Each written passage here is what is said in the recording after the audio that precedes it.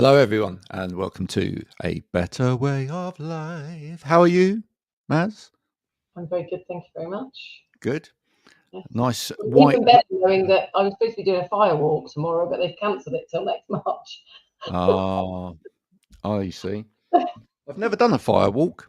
Never done one of those. All right. I've done social media for someone who's been doing a fire walk, and it actually looked quite easy. But then, of course, those things do look easy. Obviously, they're not. Have you got fairly sensitive feet or not? Or because my feet are. I'm going to admit to this now because really I need to see a podiatrist. But my feet are quite hard on the bottom anyway, so I'm wondering whether actually I'd feel it. And also being a dad to 5 children, I'm also very used to stepping on Lego, which I think is probably more painful than standing on fire. But could be wrong. Plug is very expensive. It's very painful to stand on. No, I don't like my feet at all, but I love having my feet tickled. There you go. Talking about social media, Mm. I went out with you this week to see your new course. Thank you very much. Yeah, And very good. Very good. Very, very good. Yes, yeah. Cool. Learned a lot. Learned a lot, actually. And I was going to just write a post on LinkedIn, but I'm here now. So to say that I didn't like LinkedIn the last few weeks, and I've really liked it this week. And I don't know if it's because I'm seeing it with different eyes and I'm doing it differently, or if people are just not being quite so out there. Don't know. I'm hoping that it's the latter. The way I'm approaching it is, so maybe if I'm approaching it in that way, then Yep. and actually I've had quite a lot of people messaging me about things that they've seen me talking about. Yep. Good. I think About social media positioning is a themselves. really different. Yeah, I think social media is a really different, difficult actually platform for a lot of people in their lives. I think it's very easy to see yourself kind of drowning in it, and I think occasionally you have to kind of step back from it and try and re-envisage where you actually sit within it. I think what I learned and what I observed this week, because obviously I was watching you delivering it, so I was seeing it from the eyes of a trainer, but also a subject specialist, was that as a trainer, there's quite a lot of overlaps in there. But what I also saw was that when I see that people do people's social media for them, which I know that you do, and I know you're brilliant at finding out about that person, and I can see that there's probably people that wouldn't do that as much, and I can see that there's some people need it done. There's some people that won't want it, but actually want to do it themselves. But what I saw with one of the ladies I was working with was I was actually, some people are quite anti social media. And, I was talking to a friend of mine that was, and I said, but it doesn't have to be. It's just a medium, really. And that what I was trying to do was get her to look at herself to showcase who she was.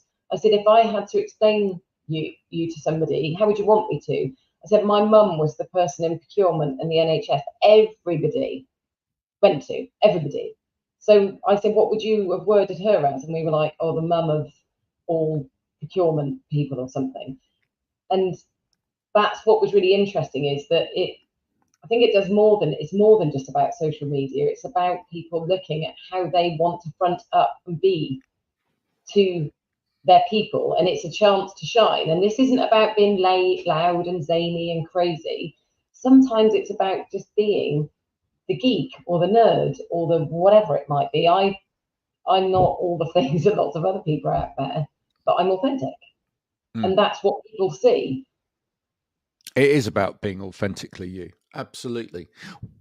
We'll probably talk about that a little bit more as the conversation develops, but we are in the presence of a wonderful guest today. We have a guest, and we're going to talk a little bit about the beauty world as well. As we didn't put our filters on.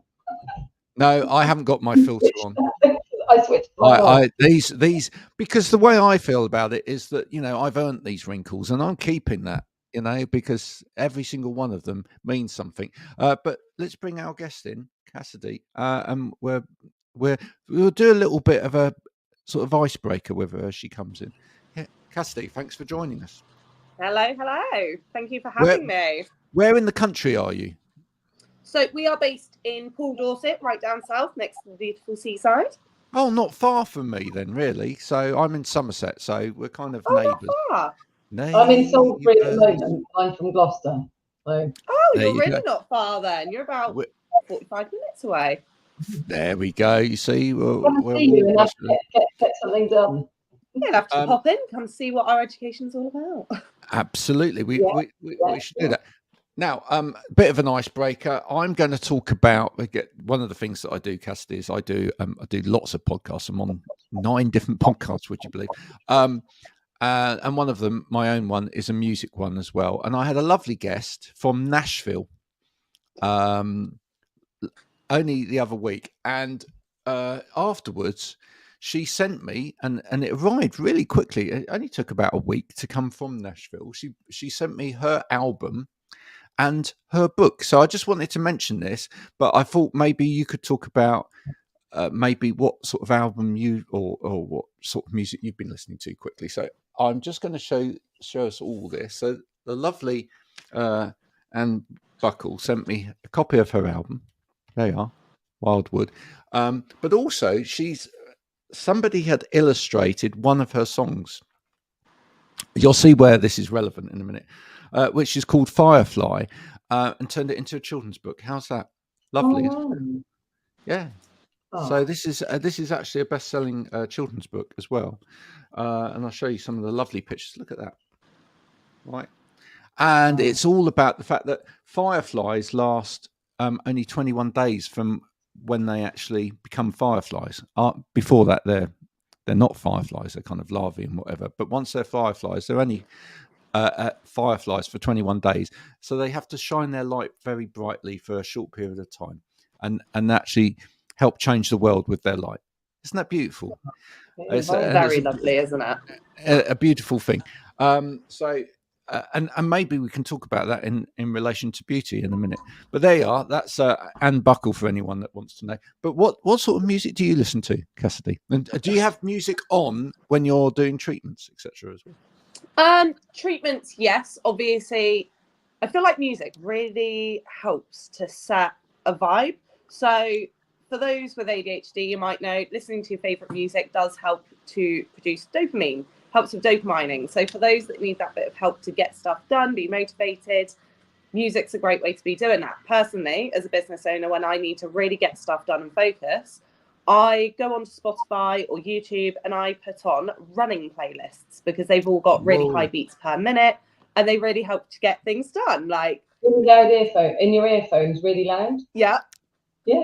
Exactly. Whereas for clients, whilst we're doing treatments, obviously we then transfer that. If you want to feel uplifted and amazing and empowered, we'll put on some, proper girl anthems and things like that. Nice. Whereas when you're having like a facial or a massage, we obviously go complete opposite and we put on nice, calming, relaxing music.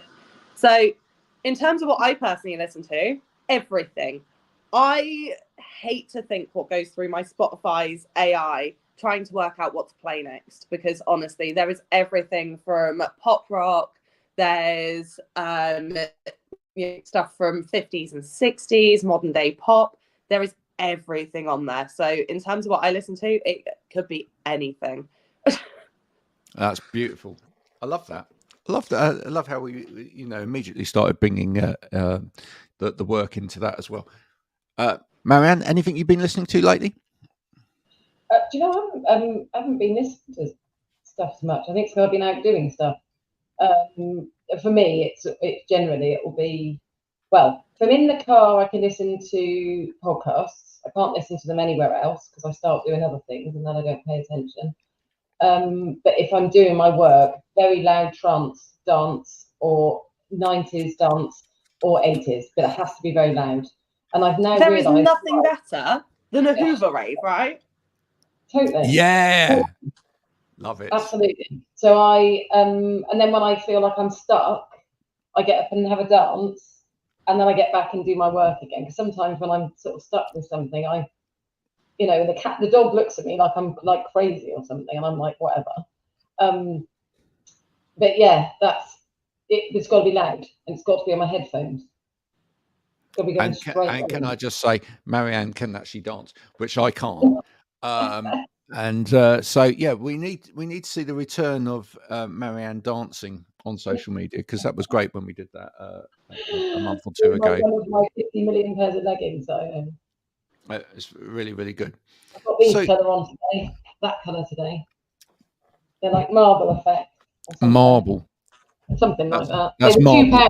They were £2 from what's that shop called? They do like sports stuff that's every sport going.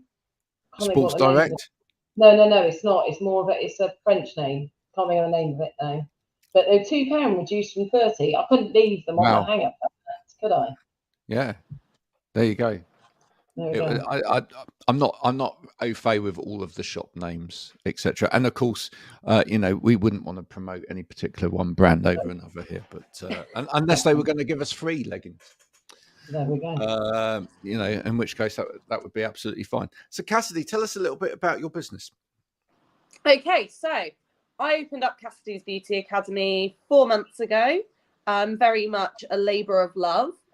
I've been I first trained in the beauty industry 10.5 years ago, which makes me feel absolutely ancient, despite the fact that I'm 26.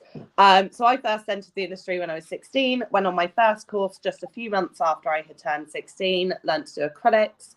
Over those 10 years, I have done every kind of course you can think of, whether that be short one-day courses or half-day courses, all the way up to level 3 diploma in college in now technology. I did take a short break for, 4 years to go do things like have babies and be a mum and all that sort of stuff, in which time I worked in marketing and network sales, built quite a big business within that. And then that came to a very abrupt end when contracts were changed and my income reduced by approximately 95%. Whoa. So yes, it was horrific. So I fell back onto my beauty background, I knew the whole time that was the backup plan. If anything ever happened, we'd be straight back into beauty. Now, before I gave up my small salon when I had my first daughter, the plan was either A, give it up because you're a mum now and things are hard, or B, go hard, build an empire, open up a training academy and go crazy. I backed out. Fear of being young got to me, new mum, postnatal mental health struggles, just juggling life. And I took the easy option. I shut down my salon and I, went into this work from home opportunity. So when I came back out, I knew that when I reopened my beauty business, that it wasn't just going to be something small. I knew that I wanted to make that impact. So I applied for a business loan from the British Business Bank, backed by the government. Got myself in 25k of debt to open up this place, and it's been the best thing I've ever done, because to do this, I saw that there was a huge gap in the industry with education. Experiencing all those different forms of education myself, I saw that there were some passionate educators who gave great experience. Some. And I also saw a lot of people who were in it for money, poor learning experiences.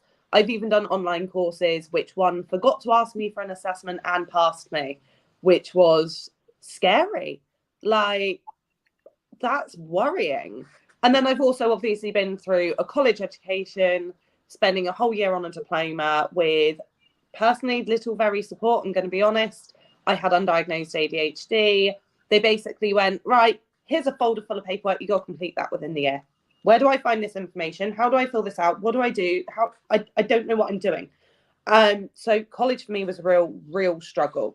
Despite the fact I came out of it with my level 3 diploma in nail technology, I almost got kicked out that course for attendance issues, for, not keeping up with the workload. I almost got booted off that course more times than I can count from a lack of support, which again is scary. It's worrying. So throughout all of that, I've noticed so many holes in the industry with the education, which is why we opened up Cassidy's. We are a home for quality learning experience. We have passionate educators who care about the work that they are producing and what they are giving to the new generation of beauty industry experts. We really care about not doing one-day courses. I don't think one-day courses are worth the paper they're written on. And there are some accreditation boards that will quite literally, as someone at a conference last month said, they would accredit a supermarket receipt. It's ridiculous. I'm pretty sure.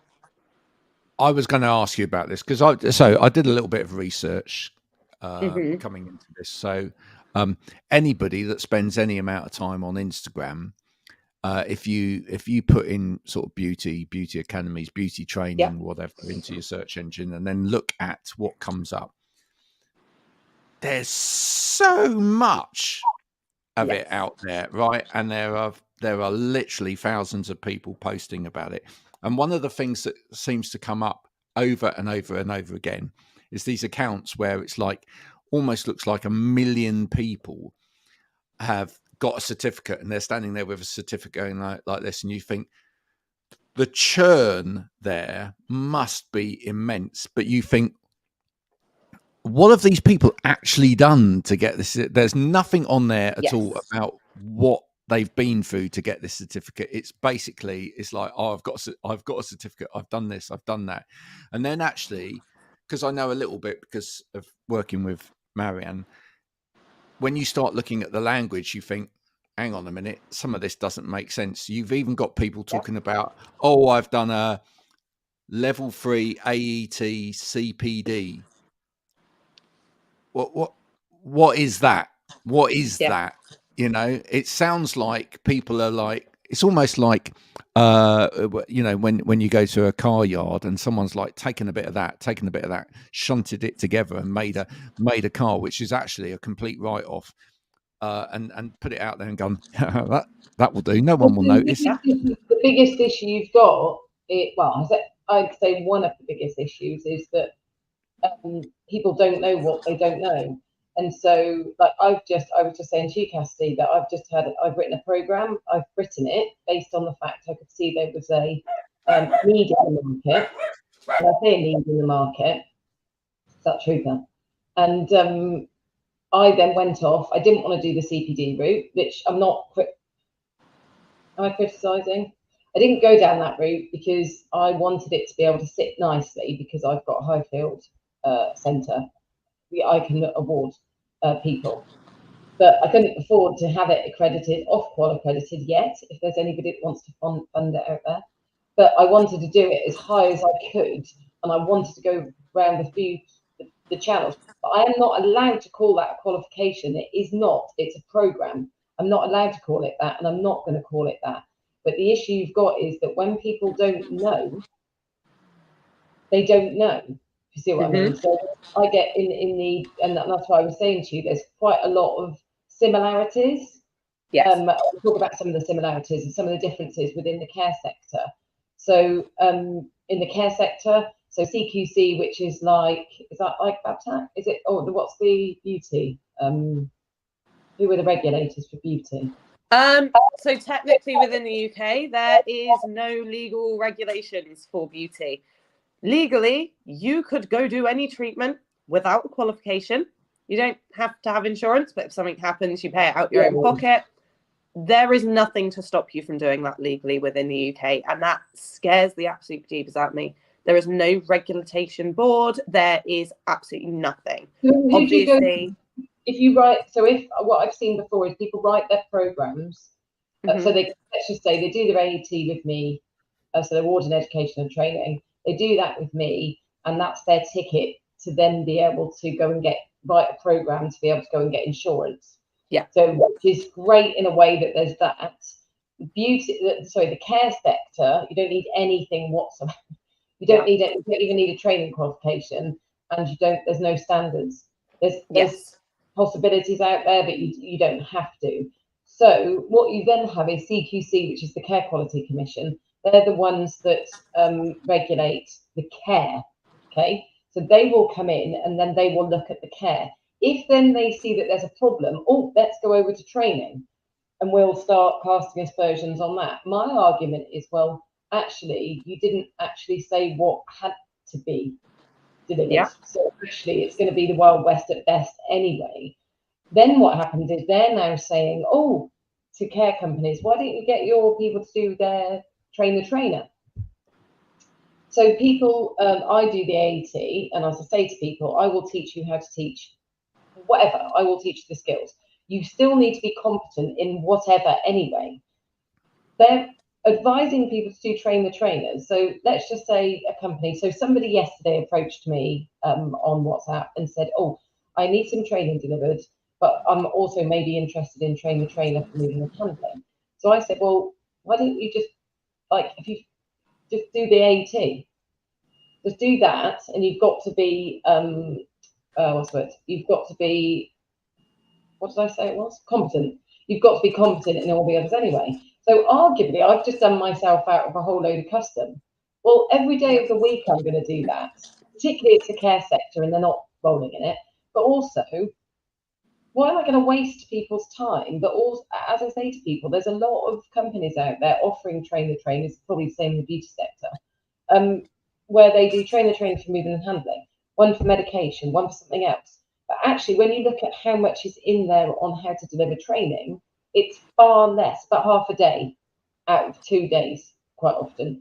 They then charge more than I do, but people are still paying for that because the regulators still aren't actually putting it out there. And the issue then comes that it's because people don't know what they don't know. So whilst these companies aren't lying as such, they're not being fully transparent. So I will say to people, look, you can do that, but it's not actually worth the paper it's written on. Whereas I can do the AET with you. I can even do the AET and I'll teach you the same course, but I won't get it accredited. If you don't want to pay for that, you don't have to, but I'm still going to teach you exactly the same stuff. But I will be transparent with that. But these other companies, either sometimes it's ignorance and they don't know, but there's so many companies out there that literally just put all of these out there, and people go to them because they've got a bigger marketing budget and they're shinier and bigger. What are you doing that's different? What are you doing that's different, Cassidy? How are you changing within the the beauty industry, in terms of being able to teach, obviously you need to get your AET first to then secure your insurance. To then get your courses accredited, you need to find which accreditation board you want to go with. So there's plenty out there. Personally, I'm with Sunshine because I trust them. They actually look through your curriculum. They look through what you're doing. There's a few others out there, Trusted Beauty Professionals. Obviously, CPD is quite a well-known one. So there's so many different accreditation boards. The issue is some accreditation boards don't have high standards. Some accreditation boards will literally accredit the most basics of things. They don't do any audits. They don't check in and see if you're sticking to what you're saying you're doing. Do they have industry knowledge? Just out of interest. Are they industry experts? So most of these boards are just accreditation companies. Some of them will have, experts at the heart of them. So Sunshine, for example, comes from a beauty background. She teaches personally, so she knows what she's looking for. And with all of these different accreditation companies, they basically have to get the okay from their insurance company as to what needs to be included in each course, kind of thing. So if that's not okayed with the insurance, you're not insurable with them. So that's why a lot of the accreditation companies, you then have to stick to a select few insurances for your qualification to be able to get your public liability insurance, because they're the ones that have okayed your course. It's crazy. So half the reason we're with Sunshine is because that they do have a lot of different insurances, both national and international, that do approve their courses, which means you've got that wider selection of insurances to go with compared to other brands where they are just insurable by one insurance company, which is madness. So within our courses, we don't believe in the one-day course thing. So for example, acrylic nails. I cannot wrap my head around how someone can teach acrylic nails in 1 to 2 days. They go in, they do half a day of theory.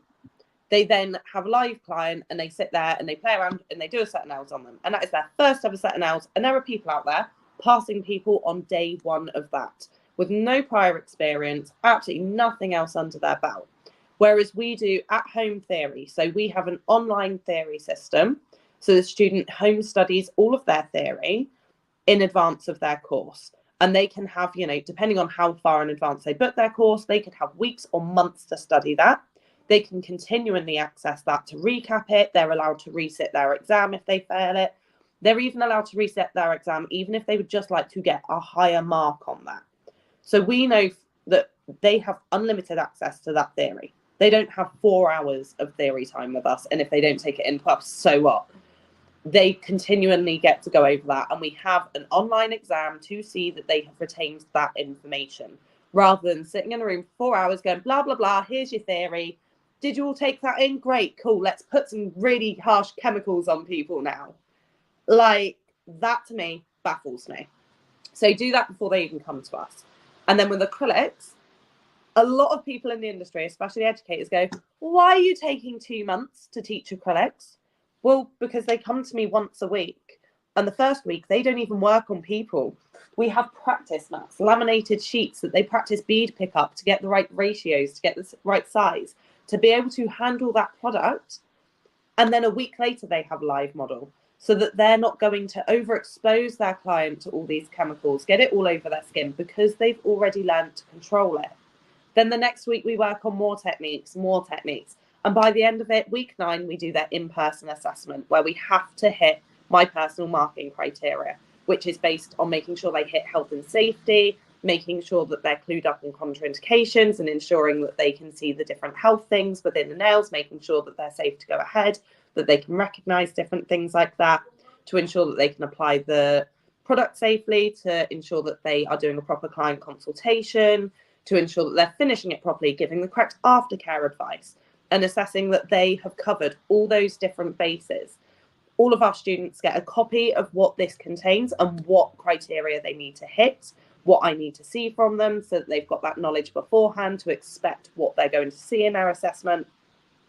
This is such a huge difference to other places in the industry. You rock up, you do 4 hours of theory, you do maybe 3 or 4 hours of in-person practice, and at the end of the session, the tutor goes, yeah, you got good base skills, here's a certificate so you can do it, have fun with home practice, you'll never speak to me again.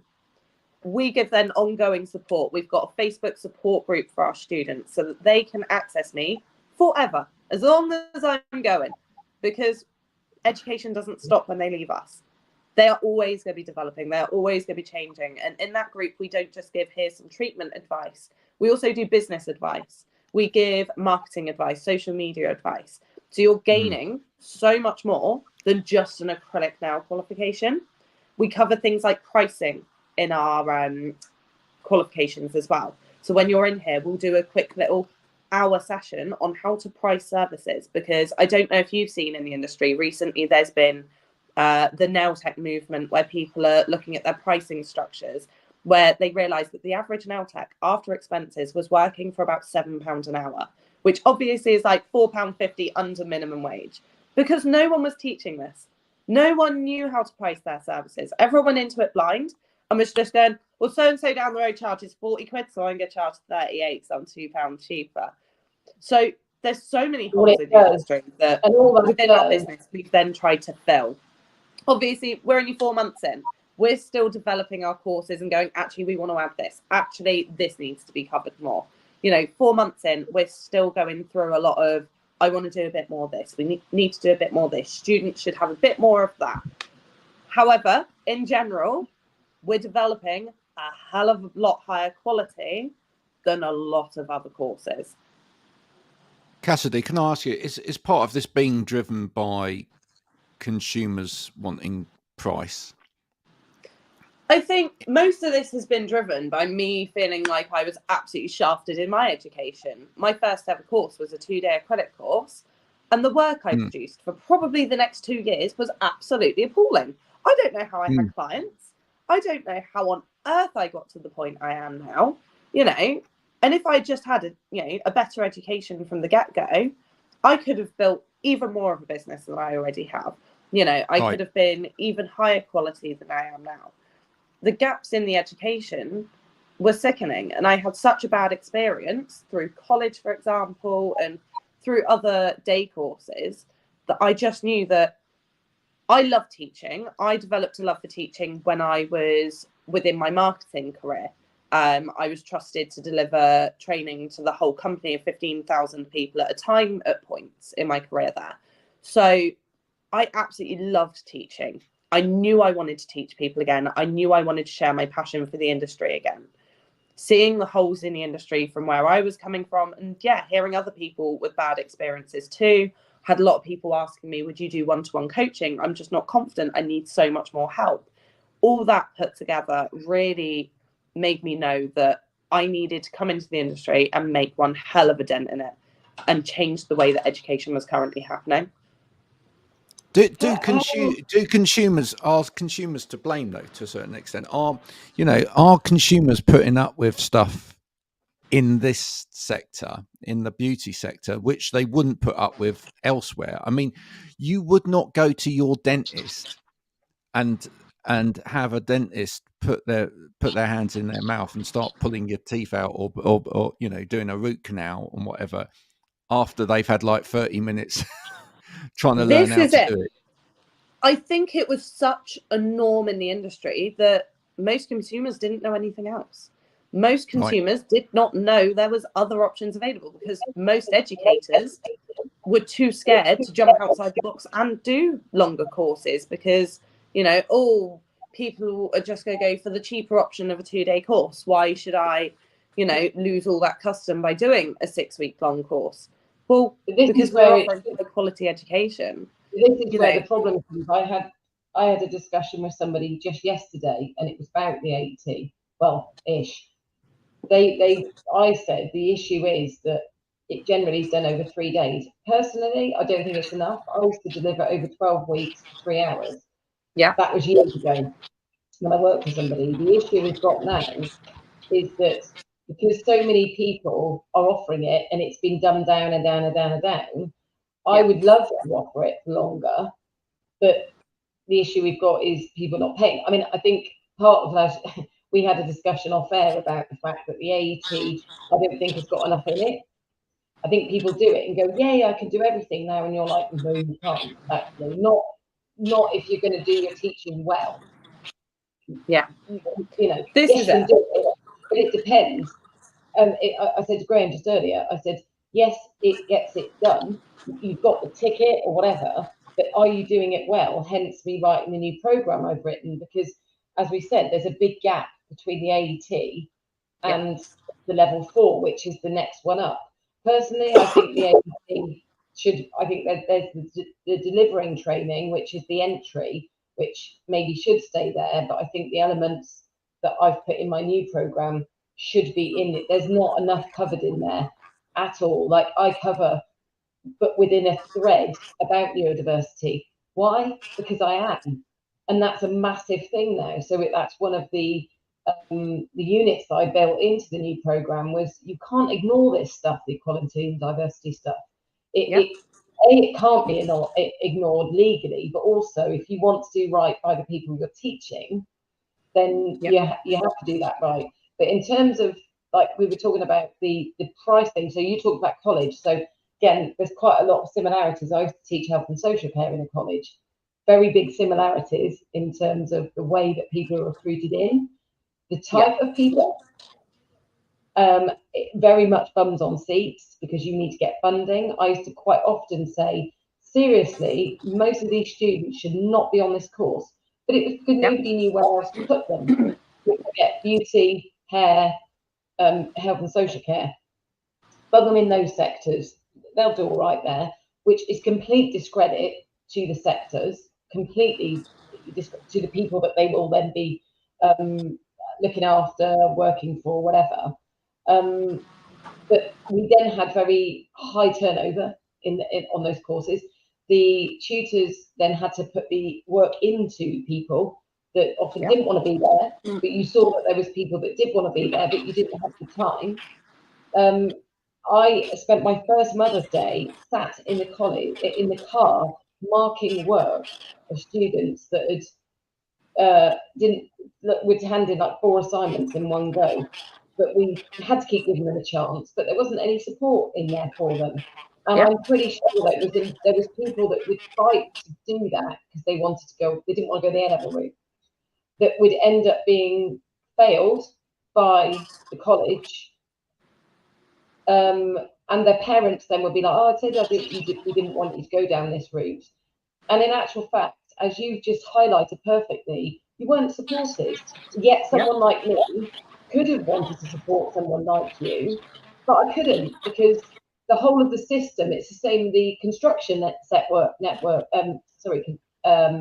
is the same. So again, I've been working with somebody from the construction network, that so many people, the apprenticeships don't work because they just don't work. They're not fit for purpose. I ended up getting out of teaching in colleges as well, because we weren't actually teaching the stuff that I knew that they were going to need when they actually started doing the job.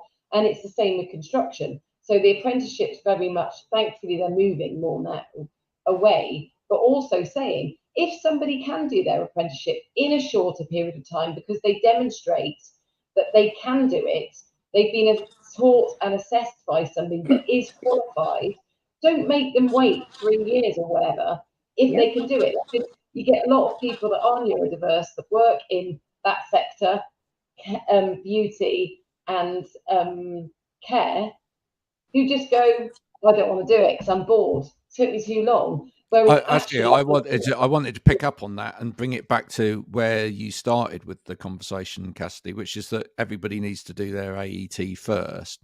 Yes. But one of the things that I know Maz focuses on when she does her AET, and she's, and with the new course as well, and she's written it in that flavour as well, is that it deals with learners who have got neurodiverse needs, etc. Are you finding there's a massive difference even there in that initial AET? So actually, in terms of what people come to you with in the first place, from that AET place, some people have probably done it as just a tick box type course, etc., and don't really have an understanding of training right from the outset. And then so you're having to pick up more with them because they haven't really done a great AET in the first place. Yeah, so I was really fortunate. The AET that I did cover a lot of neurodivergency things, and a lot of my coursework that I submitted, I did base a lot of my answers around my passion for neurodivergency and equal learning rights and things like that. So personally, I felt like I was in a good position to have a good understanding of it, coming as an ADHD woman who struggled in school, struggled in college, struggled with my apprenticeship, struggled with every aspect of education possible. If I had known I had ADHD in my school career, I'm sure things could have been a lot different. Probably not hugely so, because realistically, they don't put that many extra measures in. However, within my academy, it's something I take ridiculously seriously. If someone can't handle the coursework online and the online theory because they have dyslexia or because they can't focus because they're ADHD, that's fine. Come in store, we'll sit through and we'll do some bits together. I'll talk to you. I'll help read bits for you. Whatever that takes, whatever that looks like, we will make whatever it needs to be for you, because not everyone learns the same, do they? It's a huge difference. Everyone has such a personal need experience. And then that follows in the academy. Once they're in here and learning, if they need a movement break because they're ADHD, absolutely fine. Let's go do star jumps in the corner. If you need me to slow down, absolutely fine. Let's take it a bit slower. If you just need to bounce back a bit of conversation to help you take things in, because it is more proven that having a conversation and having a student reteach almost to someone has a 90% chance of sinking into their brain, in comparison to a lecture that has about 30% retention. Whatever we need to adapt to for that neurodivergency or disabilities or whatever that looks like, we're going to do that, because this is my business. I'm allowed to. I can do whatever I want in terms of changing my curriculum, my teaching methods, this, that, and the other.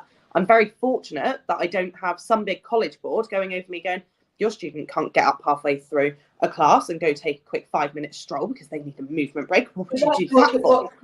But what's interesting about that exactly is that all that needs changing. Like, colleges don't often work. I mean, my son's studying music, and he struggled at school. I think he's got ADD, autism. Only ever wanted to do music, and then he says to me, they just let us go and not do whatever we want, but we can go and do this, we can go and do that. And he is thriving because of it. Yeah. But I suspect that's because you've a teacher of music who have probably turned to music because it's their absolute passion. Yeah. But that I just don't. I think looking at, quite frankly, because it just doesn't work for so many people. And Yeah. that's why, like, for me, working for yourself, it just didn't work for me being employed. I only knew, I'm 48 now, so I only knew that I was neurodiverse 4 years ago. But mine is because I can do it my way. What gets to me is that it's, if we're going to make a living out of it, it's almost trying to re-educate people when they're buying. Don't just go and buy the cheapest. Yeah. I'm same as you. I have to do it my way. I've not been employed by anyone since I was 18 years old. I was employed from 16 to 18, didn't enjoy working under other people, and I've been self-employed ever since. And now I'm 26. But coming back to, seeing how, people that are thriving within their education, it's scary that our education is left in the hands of pure potluck of whether we get a passionate educator who's not afraid to push boundaries or make a bit of a dent or, be different. It is very much potluck. Let's hope you get a good educator. Let's hope that your education goes well because you found a passionate teacher who actually cares. For me, I would not have got my GCSEs if it wasn't for one teacher in year 11 who I connected with, and she finally knocked some sense into me, got me back on the right path, and I sat down and I studied hard for my last 6 months in school after mucking around for the past 3 years because of my ADHD causing struggles in education. And, as a snotty teenager, you'd rather be naughty and that be why you're failing than admitting that you are struggling. I think one of the problems is, and it's an understandable problem, is when you talk to teachers, they will say, we're here to do a job, and one of the things that they're there to do is they're there to educate a group of young people, right? And in doing that, what they don't want to do is they don't want to exclude anybody in that because they've had to focus on one particular person. So the problem here goes back to the education of the people that are educating, because the problem is they haven't been educated in terms of keeping everybody included and yet being delivering in a way that includes everybody, right? So it's far easier for them. It's far easier for them to actually find ways of inclusively excluding the one person in the class that's causing the issue than it is for them to include that person and include that with everybody, right? Yeah. That is the truth. That's the crux of the matter. Isolation is seen as a way of managing behaviour, which it's not. It's a blanket approach, and actually, what you end up doing is harming the person that needed it the most. It's not accidental that when somebody is doing, whilst even like when you said, and I get people that sort of come to me in their 40s and 50s that suddenly go, oh, I messed around at school, I was a nightmare. And I went, actually, no, you were failed, because it's not your responsibility to, yes, to a certain degree it is, but I still think with young people, it's not their responsibility. It's the responsibility of the educators. But equally, that comes down to there being given, we talked about this earlier, there being enough resources or in the classroom in terms of people, if you see what I mean. And that actually, I definitely think that there are, I think, more cases of neurodiversity now because it's being assessed more. But I definitely think the world we live in is probably meaning that, like for me, I still use one of those because I like using one of these because tech overloads me, and I think that in some respects is probably, if I'm very basic with my life, I can be really, really organised. But as soon as there's apps and stuff involved, it just kind of freaks me out. And so it feels, Overwhelming. yeah, but it feels as if the education system hasn't, from the top, this comes from, because I was saying to Graham, I'm in a lot of teaching groups where people want to leave. They're called that. So people that have left, want to leave, or are in burnout. And there are some teachers that seem to go into teaching, and I don't know why they do, because it's not the easy ride. But there's others that just stay and stay and stay, and they just are, they feel like they're failing, and there's just not going to be enough teachers, you know. Yeah. And we'll have to be able to look at, even if it is just teachers looking at students in a way to see that they weren't being naughty. I say, even at home with my kids, when I get overwhelmed, it's because I've asked you all to put things back in the place it needs to go, because if you don't, I'm going to shout, because that's literally the same as the kid in your class who starts getting overwhelmed because the teaching assistant wasn't there. And I do think we're in a bit of a transition period though at the moment. I feel, you know, if you look how far we have come in terms of our understanding of difference and our understanding of neurodiversity, for example, right? From when I was a child, right, all of those kids, without exception, would have been naughty. Yeah, all of them. Yeah, every single one of them would have been naughty, and every single one of them would have invisible. I'd have been invisible.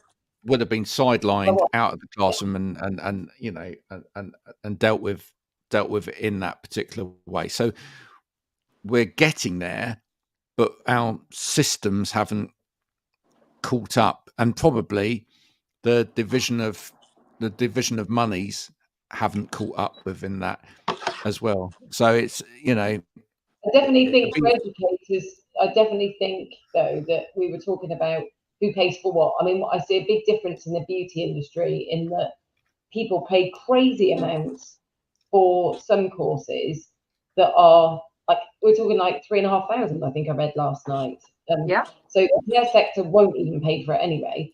Some people will obviously think if you pay more, you get more.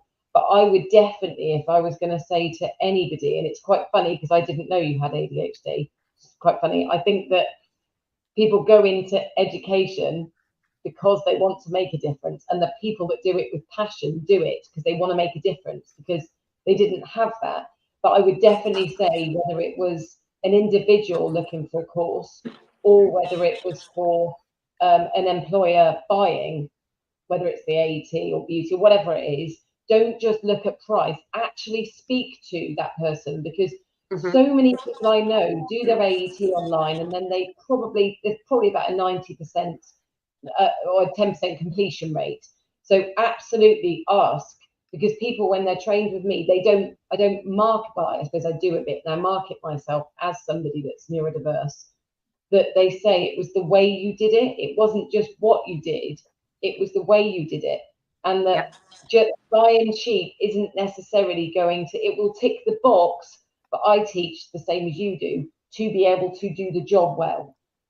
Not just this is it. So I don't want someone to come into my academy, do a course, meet the bare minimum, and leave going, what on earth am I doing? You know, and sadly, there are so many educators out there that will happily do that because they think that training's good money. Oh, I can do a one-day course that's £250 a student, which means if I get 4 students in, I can make £1,000 in a day. But that's not the way it should be. So with our students, we ensure that within Cassidy's, that they get everything they need to be able to go out and be good at whatever we've taught them. That they leave having the skills to build a good career on whatever skill that is they've learned. So, for example, if they want to become an LTAC, I'm not scared to be that person that goes, I'm not passing you right now. We need to do a couple more visits, you know? And as mean as I felt doing this to a student, she's so grateful for it because she's now practiced more and got better and better and had more coaching. And this person is now in a position to pass.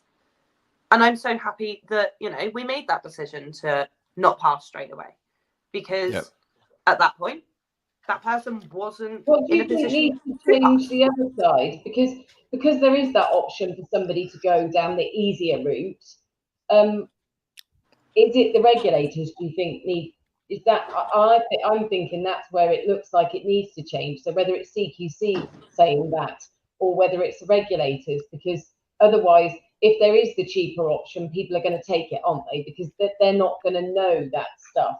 Once they've done it, like people with me say, oh, I wanted to do it in a quicker way, or I wanted to do it this, but actually I'm really glad that they can't know what they know unless they've experienced. It has.